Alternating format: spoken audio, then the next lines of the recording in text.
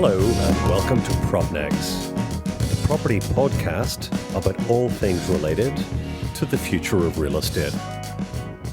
I'm delighted that you've joined me today. My name is Gavin Morgan, your host. If you'd like to know a little bit more about me, please check out www.propnext.com. That's propnx.com. Or drop me a line if you'd like to chat privately on gavinrmorgan@propnext.com. That's GAVINRMORGAN @propnext.com.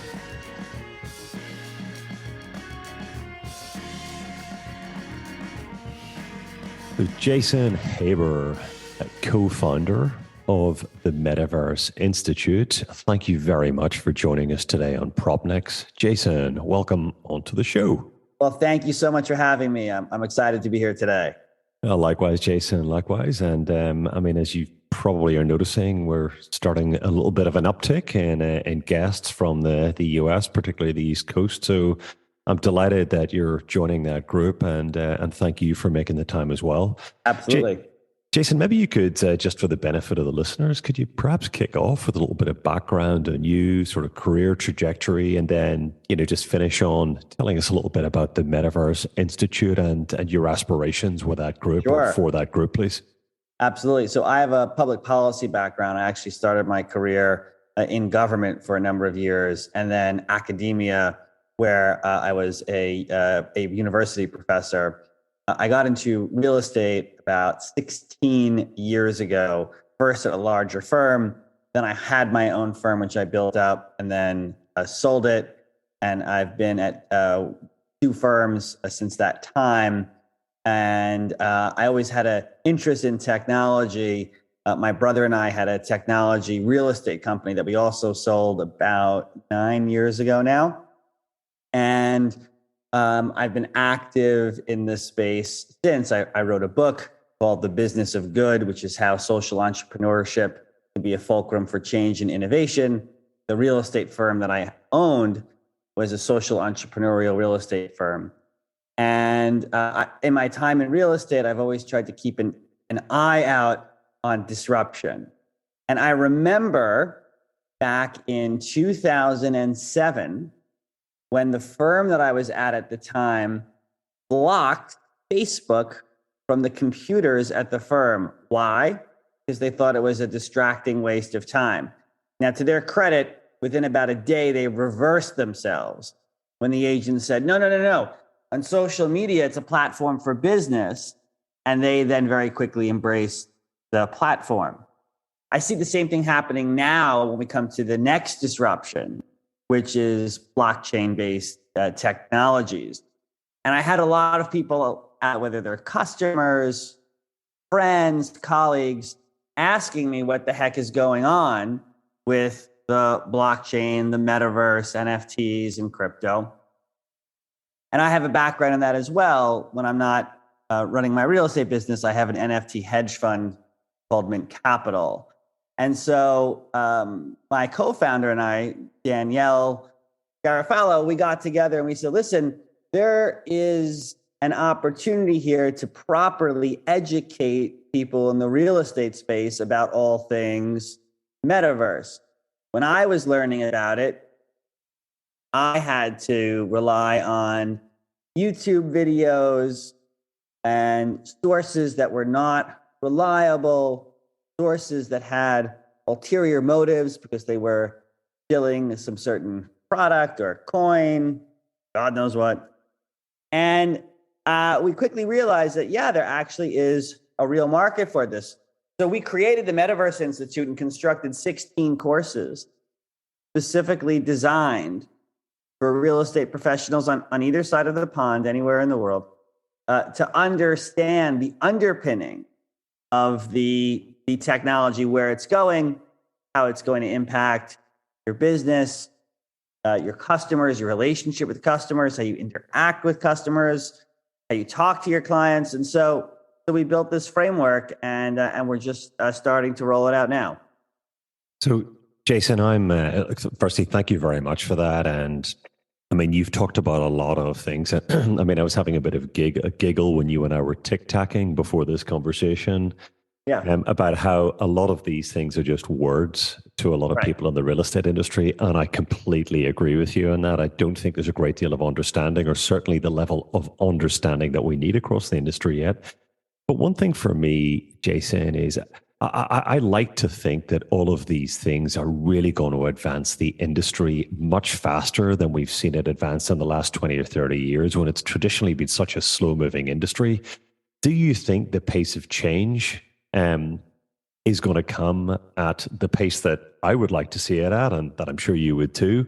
Or do you think that it'll be more slow, it'll be slower, more incremental change around the impacts of Web3, the metaverse, the application or use of blockchain, that kind of thing? What's your view of the pace of change, or and how that will be driven differently moving forward? So I think it's going to be a little clunky. I think what will happen is there'll be either Web3 or blockchain innovations that will directly impact business, and those will come in different markets in different time. For example, the way title is done, the way sales are recorded will vary from municipality to municipality. Some will be more forward thinking than others. When it comes to sort of Web3 integration into the business, that will also depend on the agent, where they live, and their business.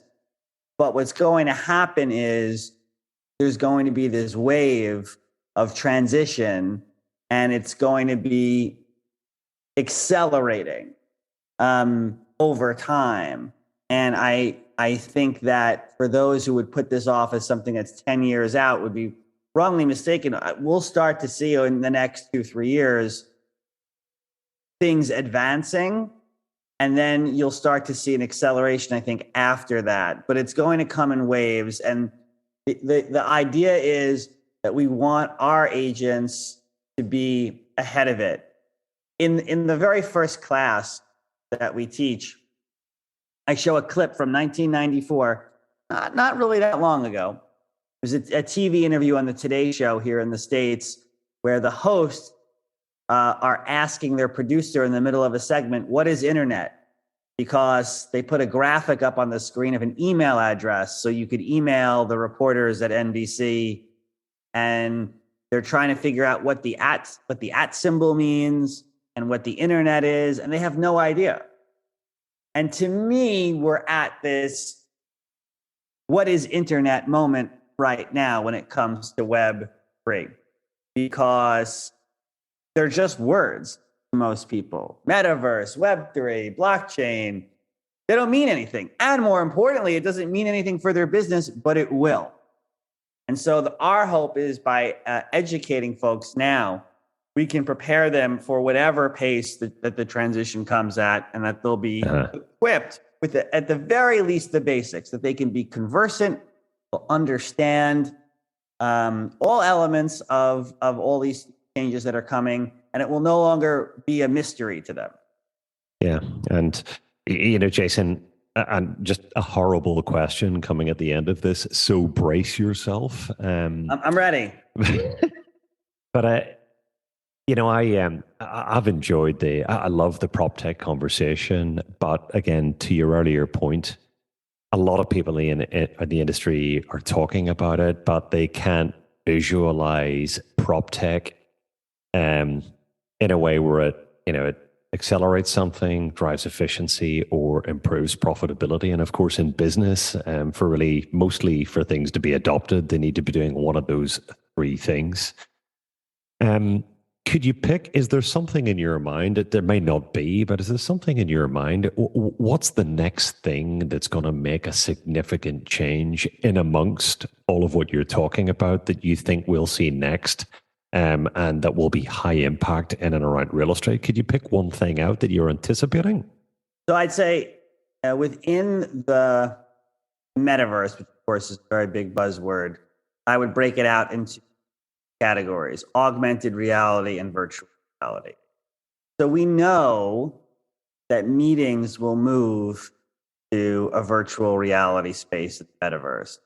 That's being built out now. We know that Facebook's parent Meta doing that. We know that there are other metaverses, Sandbox, Decentraland, where you're starting to see that happen. But by next year, I also anticipate augmented reality have impacts on our business. Augmented reality is when you layer digital information on top of the analog world. So, for example, we know Apple's going to be releasing an augmented reality, a set of glasses. You may remember the Google glasses from about 12 years ago that were just sort of proof of concept, but technology has advanced so far where you'll be able to walk on a street with your client. A client will point at a house, and just by looking at it, you'll be able to get the information on it, taxes, the last price it's sold for, maybe it's on the market now, owner's contact information. So that'll freak some people out a little bit, but that's sort of what's coming. I think the ability to meet to bring your business, maybe you have clients all over the world.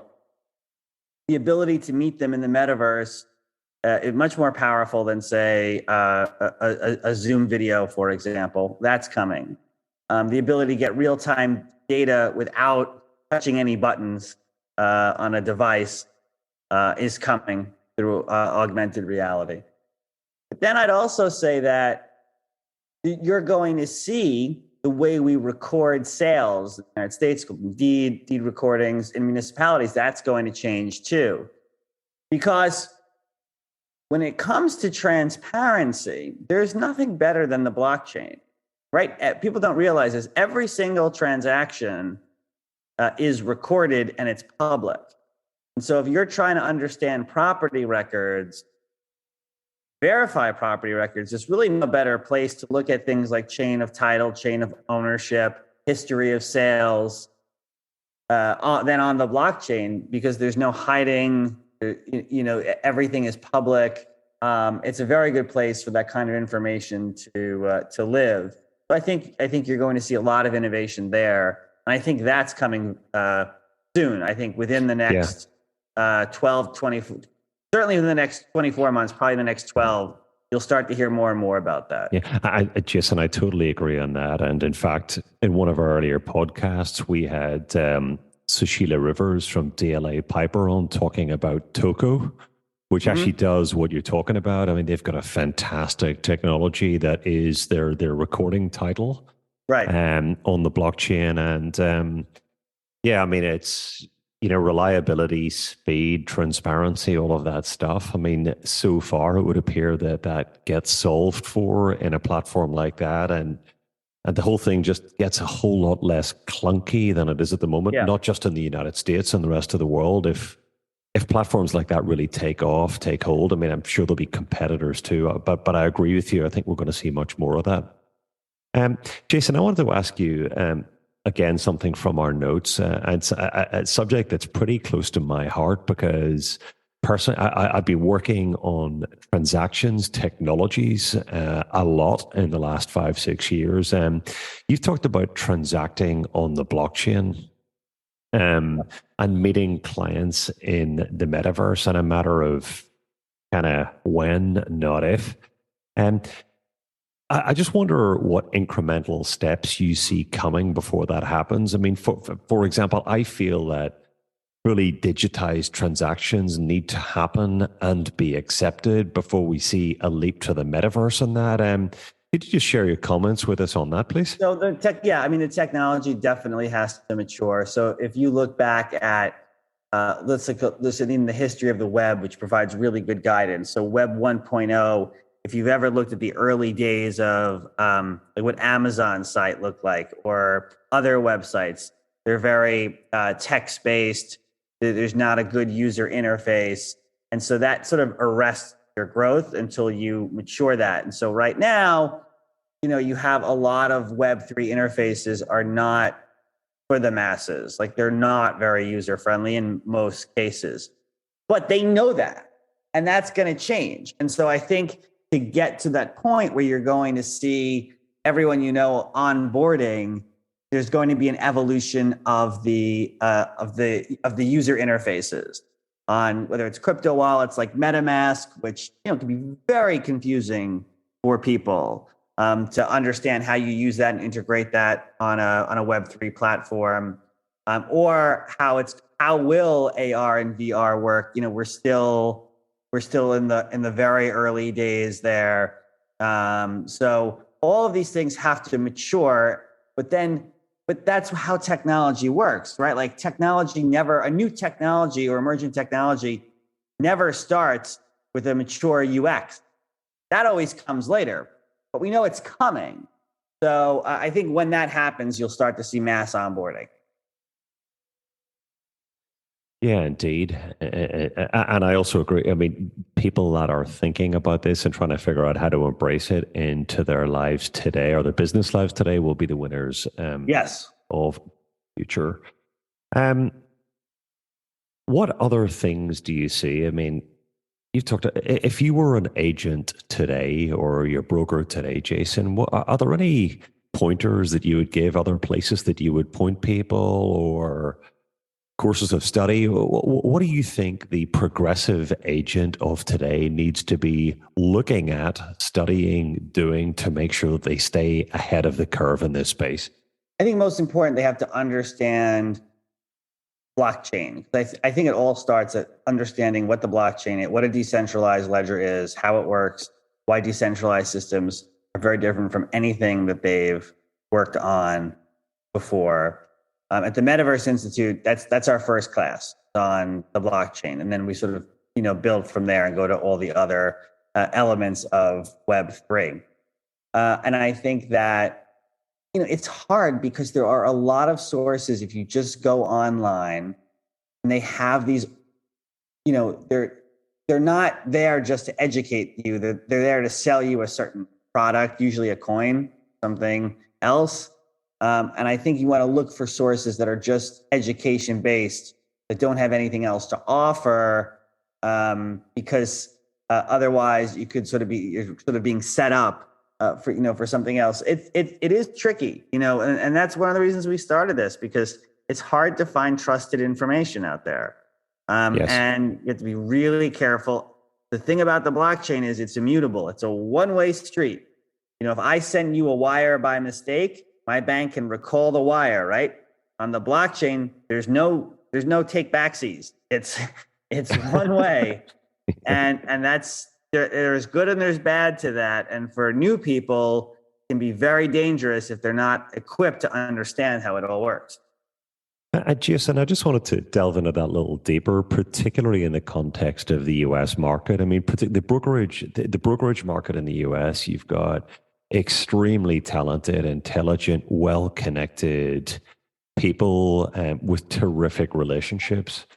And there tend to be many groups of people like that working in big organizations or under the umbrella of big organizations, commercial and residential. And then you look at the advent and development and success of groups like CoStar. Do you see a future where the big organizations become more like CoStar, i.e. data platforms where people can pull reliable data? And brokerage is something that's, I mean, you just reaching back to you talking about decentralization, where brokerage becomes more between people on the net pulling from reliable data platforms, or not? What a great question. I hadn't thought of it that way. I think it actually may be a little of both. I think the thing about the data is it will be available to all on the blockchain. The question is, how easily accessible is it to people who aren't enmeshed in Web3? Will they be able to understand the data? They may need a professional, a broker, guide them. I think no matter what changes come in technology, people have been calling for like the end of brokerage for like 30 years, and it's never happened. There are more agents today than there were 30 years ago. So I think technology isn't an industry risk, but it's a specific risk to agents because they run the risk of becoming sort of dinosaurs in their own business and hurting their business at their own peril if they're not equipped for changes that are coming. So I just think that there's always going to be a place for the agent-client relationship. and understanding that and helping them understand and interpret the data. You know, you can have all the data in the world, but unless you understand it and can interpret it and analyze it properly, which is where the agents come in, it's not worth that much.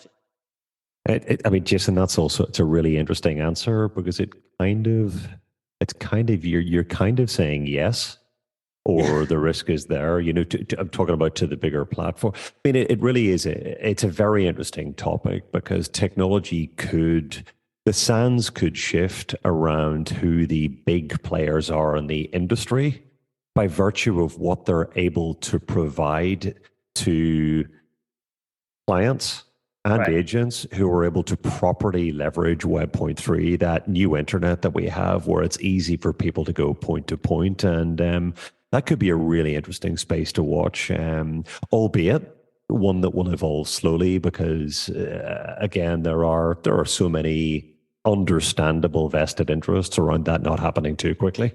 Right. Okay. I think that's a great point. Well, look, Jason, this has been, keeping to our 20-minute PropNext podcast. This has been an incredibly interesting conversation to me. Thank you. And I'd just like to thank you very much for taking the time to come on the show. And, would always be welcome back for another conversation if we want to either extend on this or talk about something else that's coming from the Metaverse Institute. Anything else you want to share with us before we sign off? No, if anyone wants to reach me, they can do so. Jason at metaverseinstitute.io, or you can check us out online at metaverseinstitute.io as well. If anyone has any questions, or hit me up on Twitter at Jason Haber. Jason Haber, co-founder of the Metaverse Institute. Thank you very much for joining us today on PropNext. Thank you for having me. So that's a wrap for today's show. I'd like to thank you very much for tuning in to listen today and hope to welcome you back to hear some of our future shows. As I mentioned earlier, if you'd like to learn a little bit more about me, look at www.propnext.com. That's PROPNX.com. Or drop me a line on Gavin R. Morgan at propnext.com. That's GAVINRMORGAN at propnext.com. I hope to hear from you soon, and thank you very much again for tuning in today. All the very best.